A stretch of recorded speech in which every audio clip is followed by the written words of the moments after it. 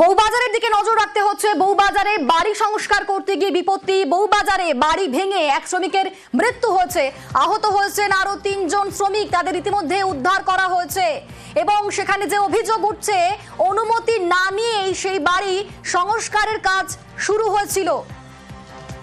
100 বছরের পুরনো সেই বাড়ি ভাঙছে পুরসভা।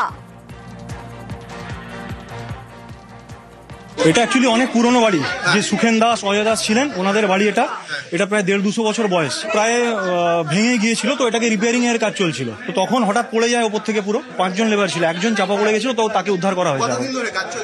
এই 2 দিন ধরেই কাজ চলছে, 3টে ছাদ ভেঙে পড়েছে।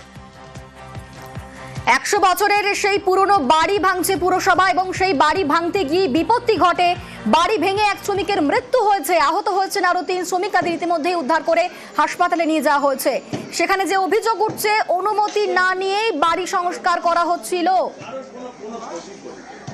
ভাড়াটিয়াদের বিরুদ্ধে অভিযোগ করছেন কাউন্সিলর। অনুমতি না নিয়ে বাড়ি সংস্কারের অভিযোগ, ভাড়াটিয়াদের বিরুদ্ধে অভিযোগ কাউন্সিলরের। 100 বছরের পুরনো বাড়ি ভাঙতে গিয়ে বিপত্তি।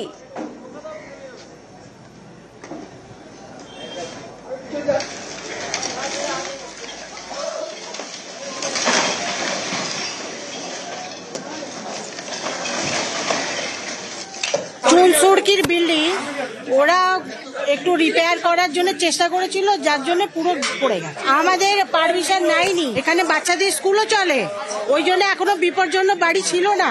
কিন্তু এরা জোর জবরদস্তি করে যে ছান্দা করেছে, এ করেছে নিজেদের ইচ্ছা মতন, না পারমিশন নিয়েছে না কিছু করেছে। 100 বছর পুরনো যে বিল্ডিং, মালিক এখানে নেই, সব ভাড়াটে।